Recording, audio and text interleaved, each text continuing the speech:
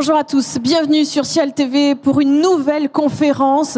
La lutte contre le gaspillage alimentaire est une affaire de tous, de l'amont à l'aval de la chaîne alimentaire. Ce sont des actes de bon sens, des initiatives citoyennes et des projets innovants pour permettre de réduire le gaspillage alimentaire. Pour en parler et pour en débattre, nous avons François Chabrier qui est ici, responsable appui technique chez CTR Agrotech, Ignacio Gavilan, directeur développement durable The Consumer Goods Forum, Gérard Perrault, directeur départemental adjoint à l'action sociale Croix-Rouge 93, Florence Ranson, Food Drink Europe, Every Crumb Counts, et puis Guillaume Garot, député de la Mayenne, mais aussi celui qui a fait la loi Garot dont on parlera.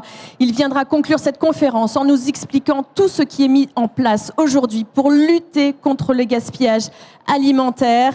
Et pour tout de suite, je vous propose d'accueillir Angélique Delahaye, qui est présidente Solal, et elle va nous établir tout ce qu'elle fait pour lutter contre le gaspillage alimentaire. Angélique, je vous cède la place. Venez ici, oui, venez ici, comme ça vous verrez directement. Venez ici. Alors, expliquez-nous un peu qui est Solal et de quelle manière vous intervenez dans la lutte contre le gaspillage alimentaire. Alors, peut-être dire d'où vient Solal. Oui. Solal, elle naît dans la tête d'un homme dont la générosité n'a jamais été approuvée dans le milieu agricole. Il s'appelait Jean-Michel Lemétayer, il était producteur de lait. Et devant une situation de modification de la politique agricole commune, il s'est dit c'est pas possible que les producteurs de lait n'aient plus moyen de donner une partie de leur production pour nos concitoyens qui ne sont pas toujours en capacité de pouvoir accéder à une alimentation équilibrée. Et puis moi je viens d'une autre filière qui est la filière des fruits et légumes, et en 2011 on a connu une crise terrible qui a impacté fortement la production fruitière et légumière en Europe, ouais. Pas uniquement en France. Et les producteurs ont été amenés à acheter des tonnes et des tonnes de produits. Et on s'est dit, plus jamais ça. Plus jamais ça, d'autant que ces produits étaient tout à fait consommables. Mais le sacro-saint principe de précaution ont fait que en certains pays européens, le mot d'ordre a été donné de ne plus manger de fruits et légumes pour ne pas risquer d'être contaminé par cette bactérie. Ouais. Et j'ai rencontré Jean-Michel, on se connaissait un petit peu avant, et on s'est dit, il faut qu'on fasse quelque chose. Et on a créé Solal. Solal, ça signifie quoi ? Solidarité des producteurs agricoles et des filières alimentaires. D'accord. Donc notre but, il est multiple. Il est de permettre à nos concitoyens qui n'ont pas une alimentation équilibrée de pouvoir mettre à leur disposition des produits que les agriculteurs ne sont plus en capacité de vendre parce que le marché n'en veut pas pour des tas de raisons. Et auparavant, une partie de ces produits étaient jetés. Et on s'est dit, on va se mobiliser pour faire en sorte que ces produits retrouvent le chemin des estomacs. Et dans un élan qui est celui de la générosité des agriculteurs, que moi j'appelle mes agriculteurs. Voilà. Oui, c'est vrai que c'est un très joli terme, agriculteur. Voilà, ça parce que les agriculteurs sont des gens qui sont généreux par nature. On va jamais dans une ferme sans repartir ou avec une motte de beurre si on va chez un producteur de lait, ou avec un panier de fruits et légumes quand on va chez un producteur de fruits et légumes. Alors vous avez des éléments à nous montrer ? Ah oui. Alors je vais vous céder la place. Sur ces trucs-là. Oui, parce qu'en fait, le temps est imparti pour chacun. Où est-ce qu'on appuie ? Alors vous appuyez, regardez. Voilà, c'est tout simple. Vous voyez, regardez comme c'est simple.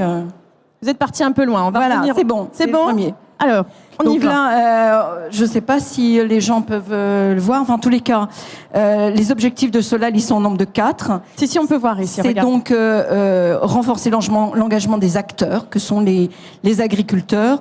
C'est faciliter les dons, parce que c'est pas monsieur qui est là qui me démentira. Les fruits et légumes, c'est compliqué. C'est compliqué parce que c'est des produits qui sont périssables, dont la durée de vie est extrêmement courte. Et quand les producteurs de fruits et légumes ont des légumes à donner, mais il faut faire très vite pour pouvoir les acheminer près des associations telles que le Secours Populaire. Mais il y a 18 associations habilitées. Hein, on connaît les plus importantes, les banques alimentaires, les Restos du Cœur, le Secours Populaire, etc. Mais ils sont quand même très nombreux. C'était aussi lutter contre le gaspillage alimentaire. Et je crois que c'est le thème de cette table ronde parce que aujourd'hui, on va être de plus en plus nombreux sur la planète et produire plus aura une limite et produire mieux, ça commence aussi par gaspiller moins et faire en sorte qu'on achète que ce dont on a besoin pour se nourrir et qu'on arrête de jeter tous ces produits. Oui, pitié, Et puis, qu'on arrête. Qu'on et fasse puis- des efforts. 37% de gaspillage alimentaire chez les consommateurs. C'est beaucoup. Exactement. Mais il n'y a pas que. Et puis on n'est pas là pour culpabiliser les gens. Hein. Non, On est bien là sûr. pour faire en sorte que chacun prenne conscience, que chacun à son niveau, à la maison, dans une exploitation, dans une filière agroalimentaire, on peut tous faire un geste qui fait que ces produits trouvent une nouvelle vie. Mais je crois qu'on nous expliquera tout à l'heure aussi qu'il y a plein de vies possibles. Mais la première des premières, pour moi qui suis agricultrice, c'est que ce qui sort de mon exploitation serve à nourrir les hommes. Déjà, avant tout, c'est ça.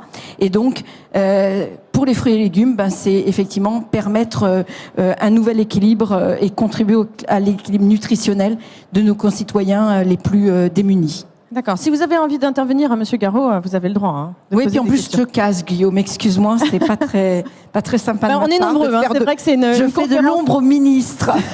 C'est vrai que c'est une conférence qui est très importante et vous êtes nombreux. Alors, juste et je vous remercie d'ailleurs. quelques chiffres. J'irai peut-être pas jusqu'au bout de la présentation parce qu'il y a des choses peut-être qui sont moins importantes. Mais c'est quoi? Solal, elle a 3 ans. Ça a été créé en mai 2013. Et aujourd'hui, l'ensemble des agriculteurs qui ont donné essentiellement des fruits et légumes, c'est 9000 tonnes, pardon. C'est l'équivalent quand même de 18 millions de repas. Bravo. Hein. Et donc, voilà. Bravo. Moi, je suis fière de nos agriculteurs. Et puis, peut-être dire que l'aide alimentaire, ça contribue à redonner de l'estime de soi. Je crois que ça, c'est une chose qu'on a appris en discutant avec les associations d'aide alimentaire. Moi, j'avais pas ce sentiment-là. Ça m'était un peu étranger parce que moi, j'ai la chance de manger à ma faim tous les jours, ce qui n'est pas toujours le cas de tous nos concitoyens. Et puis, ça donne crée un du sens. lien. Ça donne un sens. C'est extraordinaire quand on fait une opération de don, de voir briller un éclat dans les yeux de l'agriculteur et puis de voir toute cette chaîne de solidarité. Je vous sens ému quand vous parlez de ça. Ben oui, on peut pas être autrement qu'ému quand on Mais fait... c'est vrai, 18 millions de repas, c'est pas rien quand même. Hein. Oui, mais c'est pas moi, c'est tous ces agriculteurs partout sur les territoires qui ont fait... Je suis juste là pour les représenter, voilà. Merci Et beaucoup d'être puis, là. eh bien, il y a plein d'autres choses. Il y a une chose, et on avait évoqué avec Guillaume Garot un SIAL il y a 2 ou 4 ans, je sais plus. Au moins 2. C'est 2 ou 4, de toute façon. C'est en fait que il y a de la mixité culturelle à faire autour de l'alimentation. Et en particulier sur les fruits et légumes, qui sont des produits qui sont un peu boudés par nos concitoyens, hein, parce que on sait pas toujours les accommoder, on sait pas toujours bien les préparer, on sait pas toujours bien les conserver. Et en fait, moi, dans mon exploitation, j'ai des gens qui sont de plein de cultures différentes. J'ai des gens qui viennent du continent asiatique, j'ai des gens qui viennent de l'autre côté de la Méditerranée. Et avec eux, j'ai appris une nouvelle façon d'appréhender les légumes et de consommer finalement tout sur les légumes. Et tout est consommable. Normalement, rien ne doit finir dans la poubelle. On ne gâche rien. Non, jamais rien. Je pense c'est l'essentiel. Voilà. Oui, Solal, c'est si ça. vous pouvez montrer les coordonnées de Solal, bien Solal, sûr qu'il y aura et- des gens et qui voilà. seront intéressés. De toute façon, vous pourrez poser vos questions si vous voulez après. Parce que le citoyen est aussi solidaire et donc Bien sûr. il est là Et il le pour montre nous aussi chaque accompagner. Et on fait beaucoup d'opérations solidaires où le public, nos concitoyens peuvent venir doubler les dons des agriculteurs faits aux associations d'aide alimentaire. Merci beaucoup. Merci Angélique Delahaye. Vous pouvez l'applaudir. C'est une belle initiative, c'est une belle action. Ça lutte contre le gaspillage alimentaire et ça offre des repas à ceux qui ne peuvent pas s'offrir, ne peuvent pas manger tous les jours. On va accueillir maintenant François Chabrier qui a plein de choses à nous montrer. Alors, rappelez-nous quel rôle joue Agrotech dans la lutte contre le gaspillage alimentaire. Bonjour. Alors Agrotech joue un rôle dans la lutte contre le gaspillage alimentaire en accompagnant les industriels à réintégrer dans leur cycle de fabrication de produits des matières qui habituellement sont écartées et sont mises au rebut. D'accord. Et plus généralement, Agrotech, c'est quoi ? Alors Agrotech, c'est un CRT, un centre de ressources technologiques, dont l'objectif, dont le travail est d'accompagner des porteurs de projets, des industriels, des agriculteurs, depuis une idée de produit jusqu'à la validation par le consommateur. D'accord. Et quel est votre rôle à vous ? Alors moi, j'interviens sur la partie appui technique, qui est la mise au point de produits, de procédés et l'accompagnement en qualité, en organisation industrielle. Alors plus concrètement, expliquez-nous quel procédé est-ce que vous utilisez pour valoriser le coproduit alimentaire et puis nous rappeler rapidement la définition de coproduit. Alors oui, un coproduit, tout d'abord, au sens où on l'entend, ça va être un produit qui a encore une valeur pour être réintégré dans l'alimentation. On considérera comme déchet, par opposition, quelque chose qui n'est plus consommable. Mais à partir du moment où c'est encore consommable, on l'appelle coproduit. On a travaillé à Agrotech, donc par un travail d'une thèse qui a été menée pendant 3 ans, sur justement comment arriver à valoriser, comment arriver à mettre en valeur, et que ce soit économiquement viable, les composés de ces coproduits. D'accord, alors on va faire une petite démonstration, faire un peu de chimie, hein, si on peut dire. Voilà. Alors vous savez quoi, je vais venir avec vous parce que je vais tenir le micro. Alors je veux bien. Parce que... Donc en fait, dans les travaux que l'on a fait, ce que l'on a fait, c'est qu'on a stabilisé des coproduits, notamment voilà, des coproduits issus de la pomme. Alors ce sont des coproduits que l'on peut retrouver sur des gâteaux de presse dans des process de fabrication de jus ou encore dans des process de fabrication de cidre. On les a stabilisés en les réduisant en poudre par différentes technologies. Et donc on obtient une poudre un petit peu beige.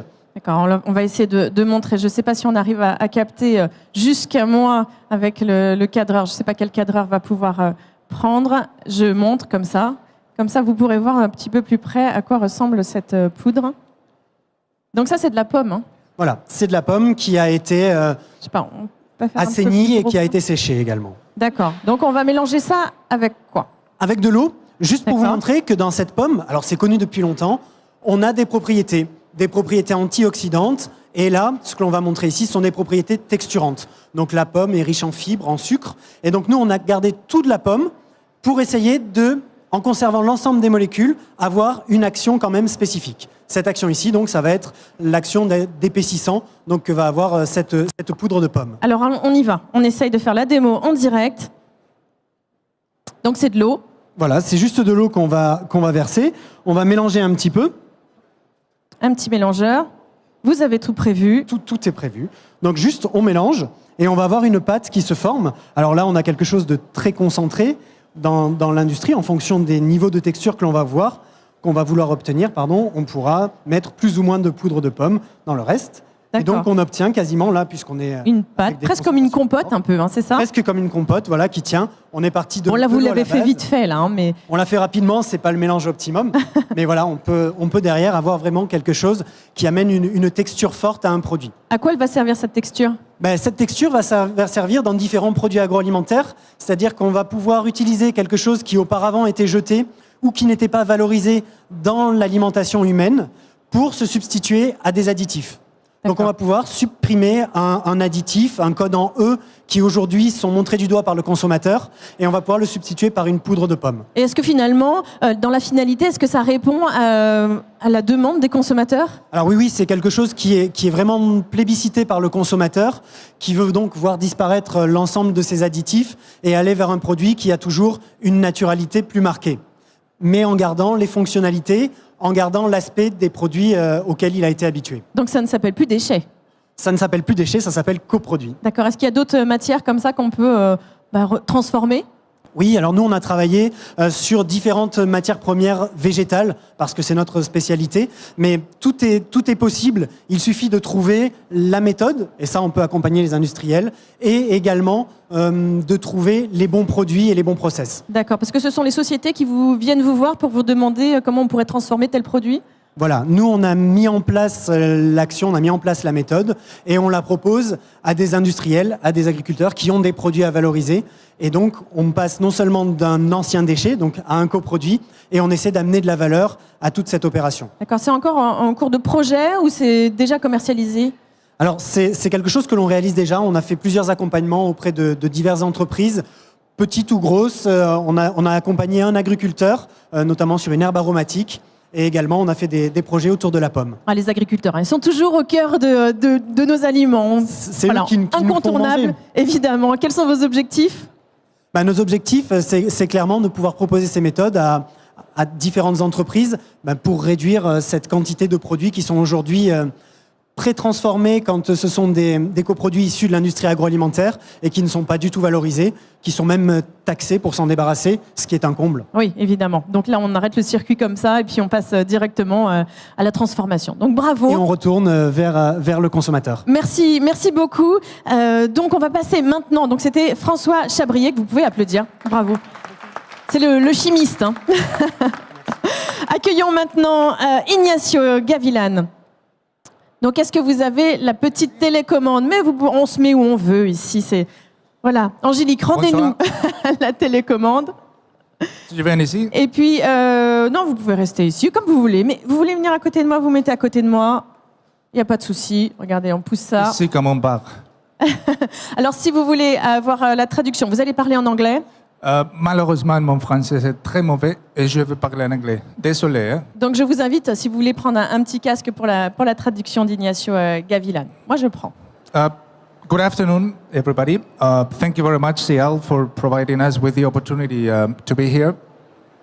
Today, I'm going to tell you a beautiful story about how to get companies to act on such an issue like food waste.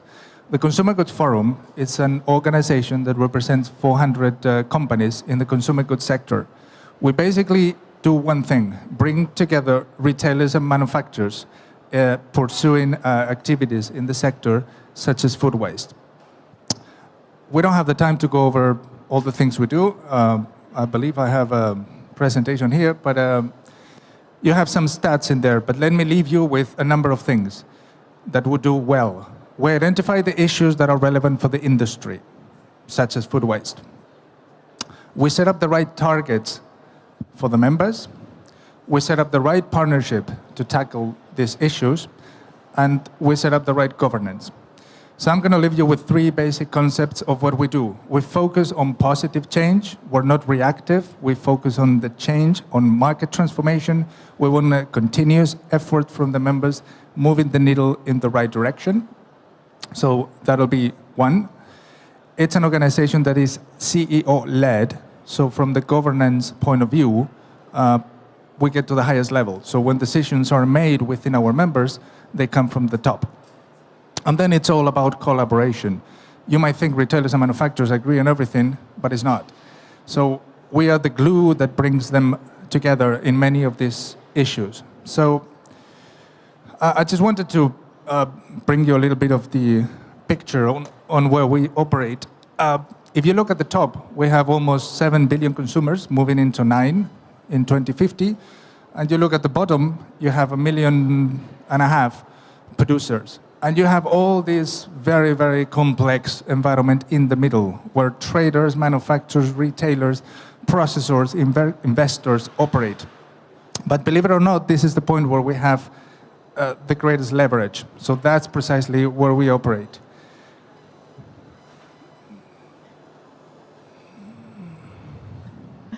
OK.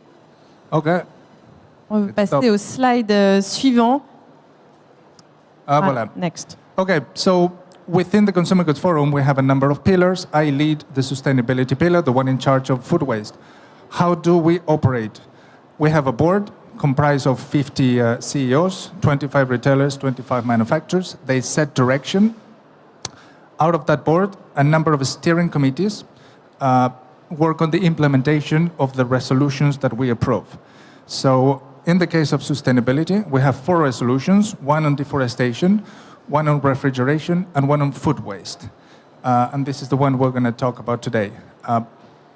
Once again, the board sets direction, steering committee works on the implementation, and then working groups, which are basically representatives from companies, help us put together implementation plans for these resolutions.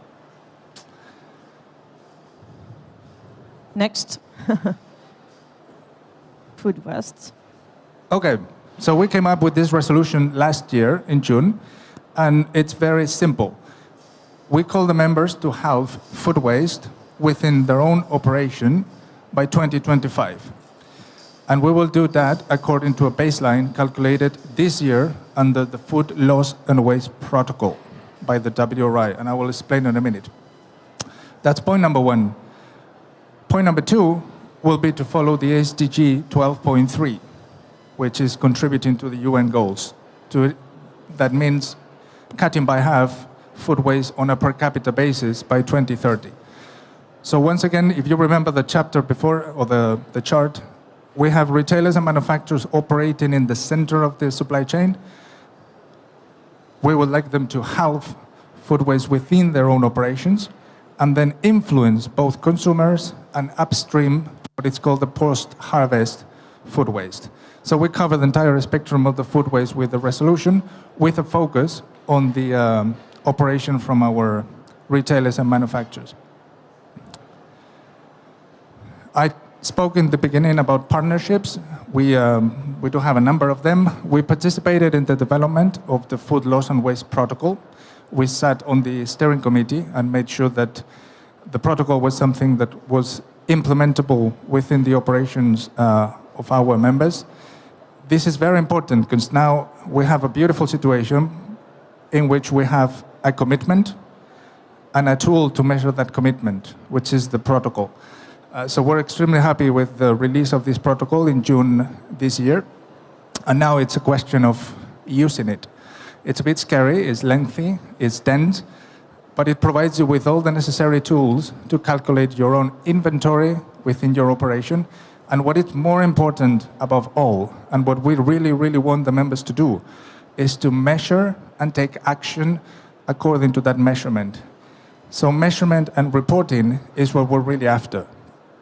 The times of donations, they will continue, but we would like to move from philanthropy into real measurement of what happens in your operation and how you're going to tackle it. And I think that's the most important piece of our resolution.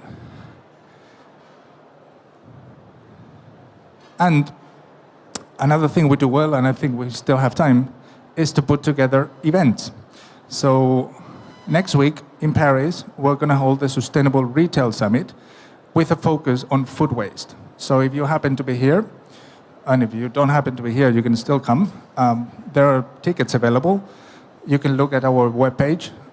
There will be 2 days of discussion around the issue of food waste with very specific business cases from member companies. There are a number of CEOs speaking as well. And then on the second day, we're going to run a panel similar to this, where some of the members, such as Kellogg's, Nestle, Danone, are going to explain what are they doing precisely within their own operation to tackle food waste, which I go back to my point on measurement, reporting, and creating the inventory. And I believe this is all I had to say today. Hopefully we get some time for questions later on. Thank you very much. Merci beaucoup, Ignacio Gavilan. Merci infiniment. Alors, on retient les dates 27 et 28 octobre.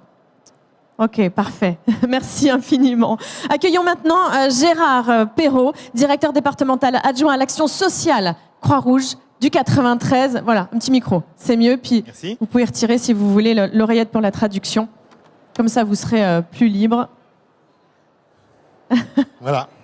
Eh bien, bonjour. Moi, j'ai gardé la tenue, mais c'était... Bravo, mais oui, vous êtes fiers de porter ce chasuble et vous avez tout à fait raison. Il faut dire qu'on est opérateur de récupération sur le Cial. J'en dirai un mot un petit peu après. Donc, la Croix-Rouge, elle est d'abord connue pour le secours aux blessés depuis plus de 150 ans. C'est son point de départ historique. Mais il y a une évolution dans son action. Et maintenant, le domaine de l'action sociale dans plein de directions est devenu presque, en termes de volume d'action, le domaine prépondérant de la Croix-Rouge. Alors, il y a environ en France 1 million de personnes qui bénéficient d'un secours de la part de la Croix-Rouge. Et en recentrant sur la Seine-Saint-Denis, puisqu'on est en Seine-Saint-Denis, et parce que je travaille en Seine-Saint-Denis bénévolement pour la Croix-Rouge, donc, c'est environ 2000 familles qui bénéficient d'une distribution alimentaire, environ 1000 tonnes de denrées alimentaires distribuées, donc entre 1,5 million et 2 millions de repas, en équivalent repas.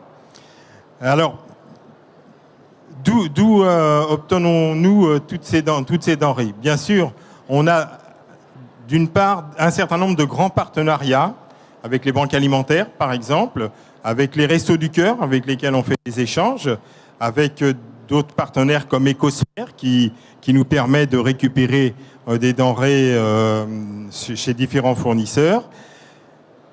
Pour ça, il faut être présent régulièrement. C'est-à-dire C'est-à-dire que un supermarché, par exemple, qui aurait envie de donner un petit peu des denrées qui arrivent en limite et qu'ils ne peuvent pas distribuer, on peut pas y aller une fois par semaine. Le contrat qui va se passer entre nous et le supermarché, il faut y aller quasiment tous les jours. Notre collègue de Solal disait, par exemple, tout ce qui est fruits et légumes, ce sont des denrées qui sont vite périssables, qu'il faut conserver dans des conditions bien particulières, et on ne peut pas attendre 3 jours ou 4 jours avant de les servir. Donc, ça demande de la part de l'association qui récupère un investissement régulier et permanent. On a un certain nombre de grandes enseignes qui nous alimentent, hein. Donc les banques alimentaires bien sûr, mais je voudrais citer les établissements métro, chez qui on récupère énormément de choses. Et donc pour nous c'est important de pouvoir travailler régulièrement. La Croix-Rouge ne s'arrête jamais, c'est-à-dire toute l'année on distribue. Je voudrais citer 2 exemples par rapport au gaspillage, puisque c'est le thème. Un producteur de pommes et poires d'un département voisin, d'ailleurs, jetait régulièrement des quantités importantes de fruits. On a eu un contact avec, et toutes les semaines, je récupère entre 500 kilos et 1 tonne de pommes et de poires. Quel est le problème de ces fruits? Simplement, ils n'ont pas le calibre attendu dans un supermarché. Ça serait difficilement vendable. Les légumes moches, c'est ça? Vous parlez des légumes moches? Mais ils sont pas. Moi, je les trouve pas forcément moches. Ils sont beaux, bien sûr. Donc, c'est 1 tonne de fruits qui, toutes les semaines, sont distribués à nos bénéficiaires. Un fabricant de gâteaux de Seine-et-Marne qui jetait aussi des quantités de gâteaux. Alors, c'est de 6 à 7 tonnes par an qu'on récupère chez ce fabricant. Alors, ce sont des gâteaux qui n'ont pas une cuisson parfaite, qui n'ont pas une présentation parfaite, mais ils font le plaisir de nos bénéficiaires. Oui, ce sont les invendus, en gros. Ils ne peuvent pas les vendre, en fait. Hein, voilà. Donc ça, c'est important qu'on ait ces partenaires. Alors après, on contribue donc à ce qu'il y ait moins de gaspillage. On fait attention aussi, nous, à ne pas perdre les denrées, mais on est très vigilant sur les DLC. On ne distribue jamais à la Croix-Rouge des aliments dont la date est dépassée. Mais on peut s'interroger parfois sur la rigueur de ces dates-là. On pourrait probablement, pour certains produits, dépasser cette date sans aucun risque. Oui, bien sûr. C'est pas à moi de... Enfin, en tous les cas, il est certain qu'on pourrait dépasser. Les DLUO, les dates ultimes de consommation, au-delà de laquelle le fabricant ne garantit plus complètement la saveur ou la présentation du produit, bien souvent... si vous voulez, il n'y a aucune différence. C'est pas parce que la date est passée que brutalement le produit n'est plus mangeable. Oui, c'est ça. C'est pas à la minuit pile. Exactement. Mais il y a une espèce d'information qui est bien passée auprès de la population qui dit DLC dépassé, je prends plus. Oui. DLUO, les gens regardent la date et ne veulent plus. Alors on a tout un travail à faire vis-à-vis de ces familles pour leur expliquer qu'elles peuvent encore consommer au-delà de la DLUO. La DLC, on est rigoureux, je vous ai dit, on ne distribue pas plus. Monsieur Garot avait une petite chose à dire, à ajouter. J'approuve complètement ce qui vient d'être dit. Il faut faire une grande différence entre les produits frais qui sont soumis à une date limite de consommation et les produits secs qui, eux, obéissent à un autre régime. Vous avez parlé de DLUO, c'est un autre nom maintenant, oui. Mais c'est vrai que vous avez raison, les produits secs, on peut les manger au-delà, on peut les consommer au-delà. Simplement, le frais, là, il faut être extrêmement rigoureux. Je rebondis juste sur une donnée importante, un élément important de ce que vient de dire monsieur, c'est qu'on doit, à l'évidence, remettre à plat aujourd'hui notre système de date limite de consommation. Oui. Parce que ça crée beaucoup de confusion dans la tête des consommateurs. Alors, c'est un chantier national, c'est surtout un chantier européen, et je me tourne vers Angélique Delay, parce que outre le fait qu'elle est présidente en France de Solal, elle est aussi députée au Parlement européen. Et il y a un gros travail à faire, et qui est fait d'ailleurs, à la fois par les gouvernements, mais aussi par le Parlement, pour qu'on y voit un peu plus clair, pour que le consommateur soit mieux informé sur la réalité de ces dates de péremption. Et est-ce que la loi Garot a changé quelque chose depuis février 2016, justement sur les invendus? Soyons clairs, on sent, je vais dire, un frémissement. Mais il y a encore beaucoup à faire, parce que justement, on nous dit souvent, un supermarché nous dit souvent, si vous venez pas tous les jours, je peux pas. Moi, il faut des choses régulières. Et finalement, les associations ont parfois du mal à assumer cette présence quotidienne dans un supermarché pour récupérer. Voilà. Bon, maintenant, il existe des intermédiaires aussi. On a reçu sur le plateau, sur l'émission de dimanche, justement sur le gaspillage alimentaire, la société Phoenix qui, justement, fait un petit peu l'intermédiaire pour justement récupérer, pour redonner, redistribuer à des associations comme vous. Oui, toutes les énergies sont bonnes dans ce domaine. Bien sûr. Alors, il y a 2 axes sur lesquels on travaille à la Croix-Rouge. C'est une éducation à l'hygiène alimentaire. Nos familles, alors quelles sont nos familles à la Croix-Rouge? Ce sont des familles dans la difficulté. Soit des très jeunes sans travail, des personnes âgées, beaucoup plus qu'on pense, et puis beaucoup de familles en situation de précarité, et souvent d'origine étrangère. Ces catégories de familles ou de personnes ont des habitudes alimentaires qu'il faut souvent combattre. Une famille d'origine étrangère ne va jamais prendre certains fruits, légumes, parce qu'elle ne sait pas comment les cuisiner ou elle ne les a jamais vus. Ça ne fait pas partie de sa culture alimentaire. Tout à fait. Lorsqu'on a la possibilité, on anime par exemple des ateliers de préparation de repas pour montrer ce qu'on peut faire. Je parlais des pommes tout à l'heure. Faire une compote de pommes, pour certains, on ne sait pas faire. On ne sait pas faire, c'est tout bête. Alors donc des fiches repas, des ateliers cuisine, et puis des moments de discussion avec eux.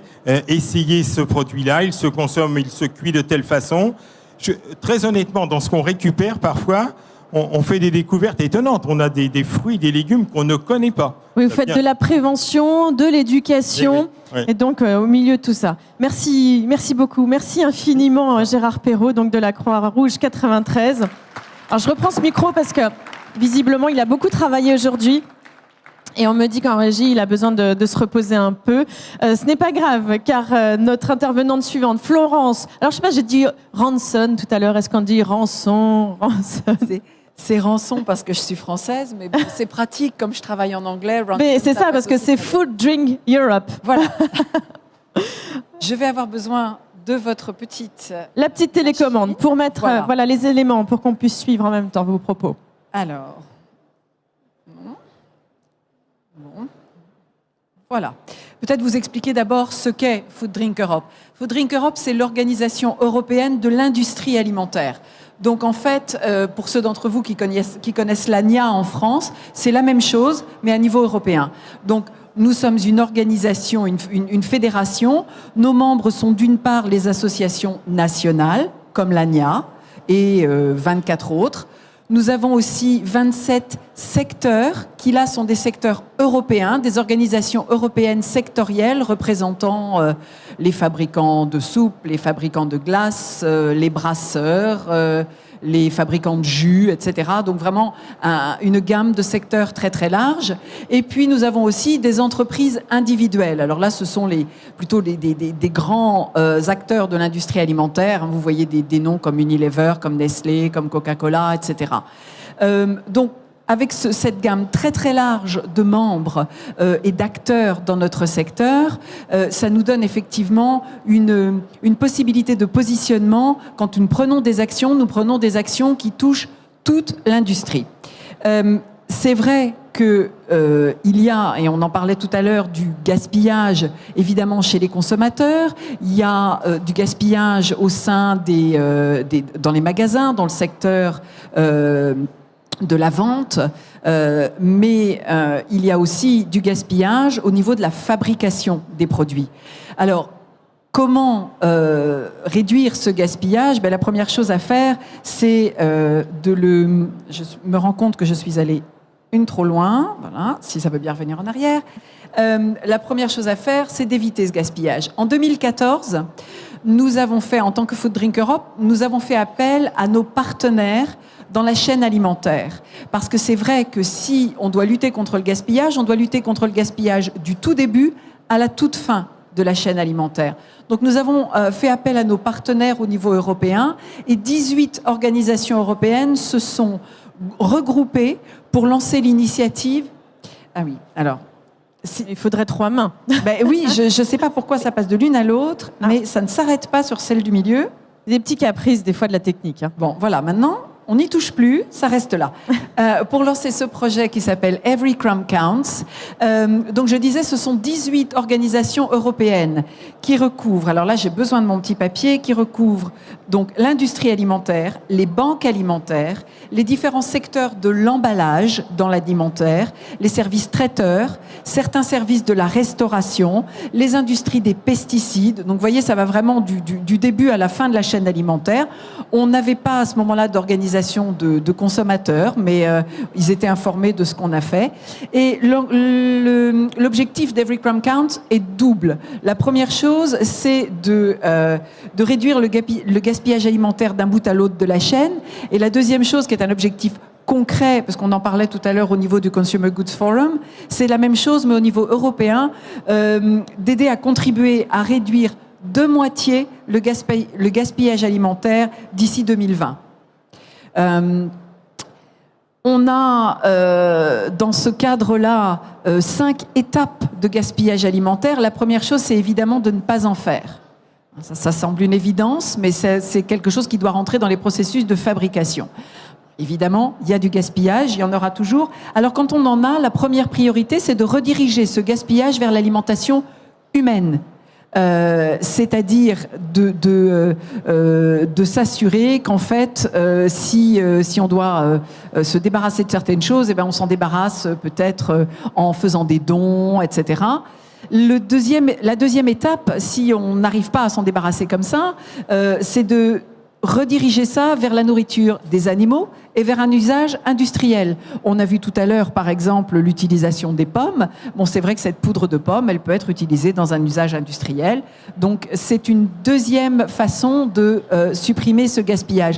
La troisième étape, s'il reste encore du gaspillage après ça, c'est de récupérer ces produits gaspillés et on s'en sert pour enrichir les sols ou pour produire de l'énergie. Et puis, la dernière étape de la chose, c'est avec ce qui reste encore, eh bien, on doit le détruire. Il ne faut pas oublier qu'un tiers de l'alimentation qui est produite est gaspillée à travers le monde. Un tiers, c'est quelque chose d'absolument énorme. Énorme, oui. Mais ce qu'on gaspille, ce n'est pas seulement l'alimentation.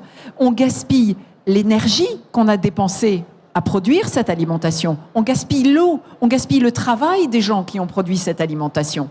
Et puis après, si on doit le détruire, on gaspille encore de l'énergie à détruire ces produits. Il y a des émissions de CO2, etc. Donc, on ne se rend pas compte, c'est pas juste jeter quelque chose à la poubelle, c'est tout ce qu'il y a en amont de ça. Ça c'est vraiment un luxe. 585 millions d'euros. Mais voilà, par an. donc c'est quelque chose d'absolument énorme, et c'est un luxe qu'on ne peut pas se permettre et qu'on va devoir vraiment de plus en plus surveiller.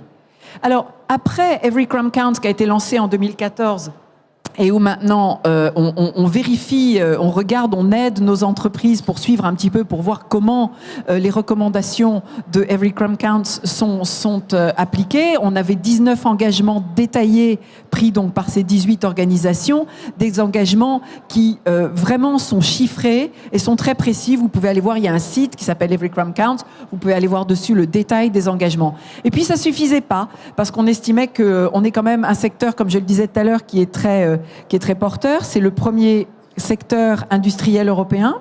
On va accélérer un petit peu, je suis désolée, ben oui, mais le temps nous vient voilà. parti. Et si j'étais pas coincée, bon, c'est pas grave. Si ça peut bien revenir, voilà, j'ai plus rien. Des caprices. Oui, il veut absolument pas me passer à celle que je veux. Enfin, c'est pas grave.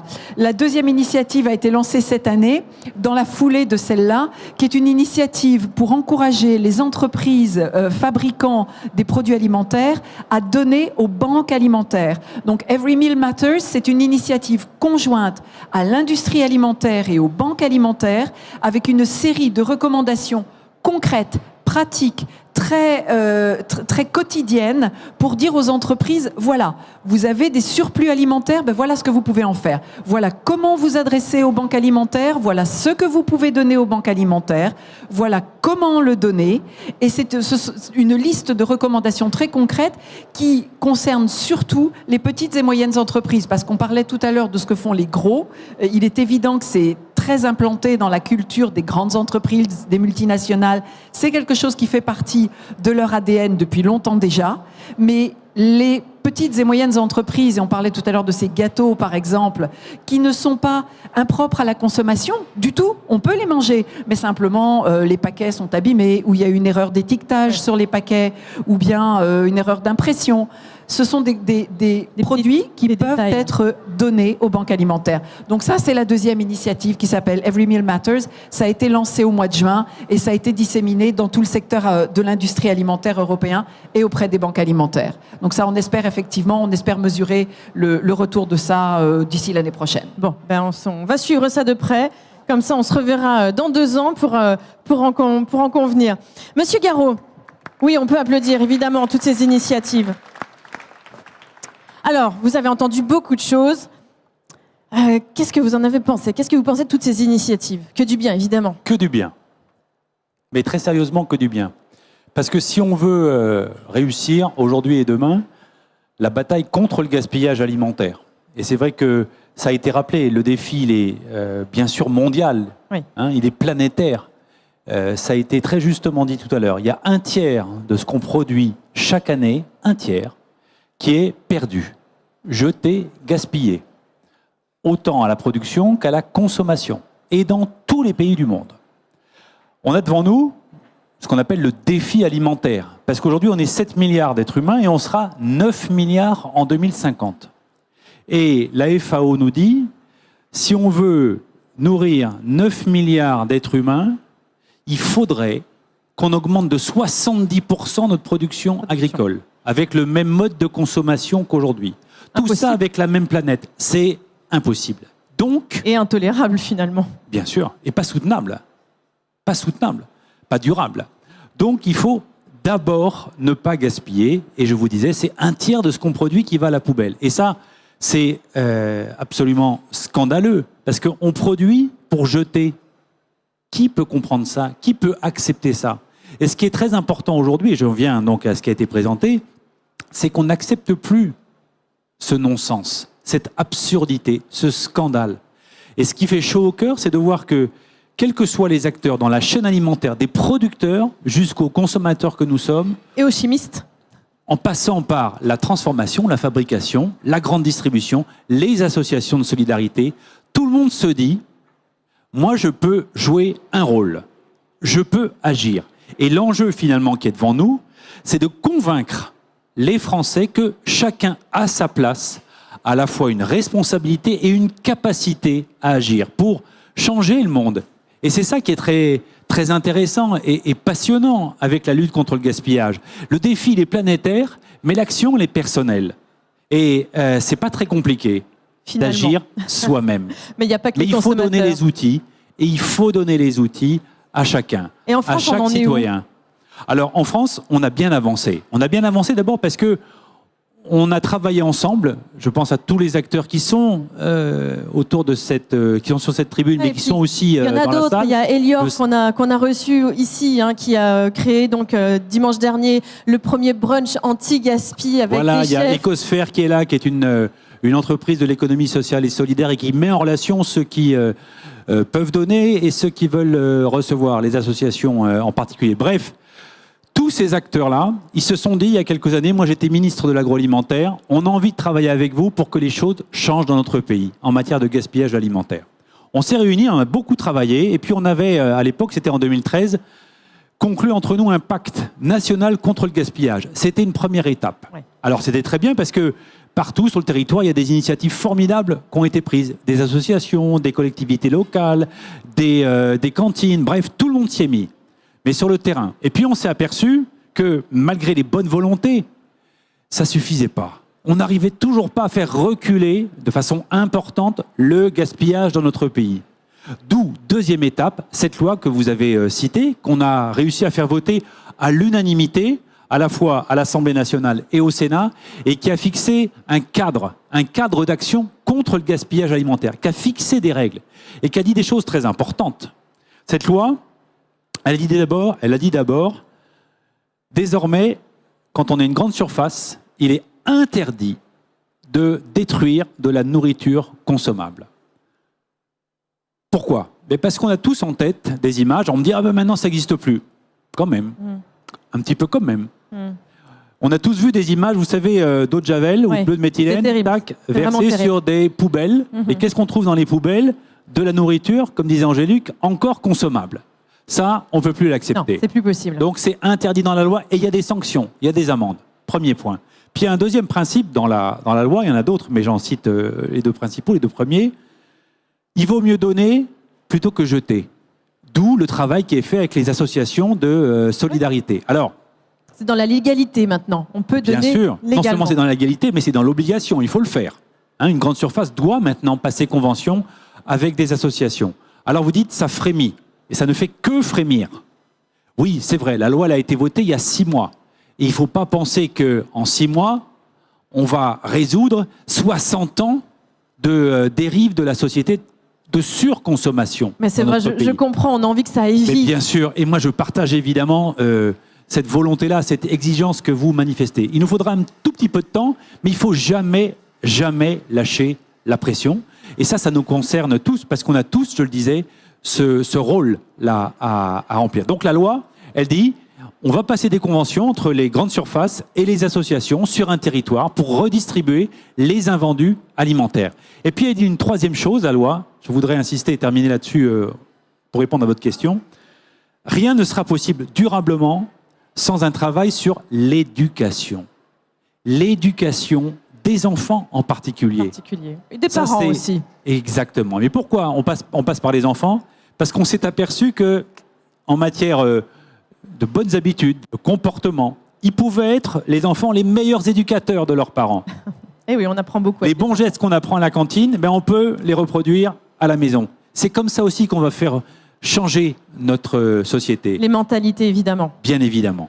Donc voilà, on donne plutôt que jeter, on interdit de jeter de la nourriture consommable, et puis on fait un travail capital, essentiel, fondamental d'éducation de notre société contre le gaspillage, pour l'alimentation, et comme le disait, je crois que c'est Angélique, pour respecter le travail de celui qui produit l'alimentation, de celui qui fabrique l'alimentation et de celui qui la vend. Donc, c'est une autre place, une autre valeur de l'alimentation aujourd'hui dans notre société qu'il faut donner ou redonner. Ouais, c'est vrai que ça a beaucoup bougé depuis qu'on s'était rencontrés en 2014, ici même sur le Cial. On voit beaucoup de choses maintenant justement sur l'éducation des enfants, plein de choses, et puis la loi, évidemment. Merci beaucoup, merci à tous d'être venus pour participer donc à cette conférence sur la lutte contre le gaspillage alimentaire. Merci, vous pouvez les applaudir parce que réellement ce sont des belles actions. Et puis nous, on se retrouve très vite pour une prochaine émission. Merci beaucoup.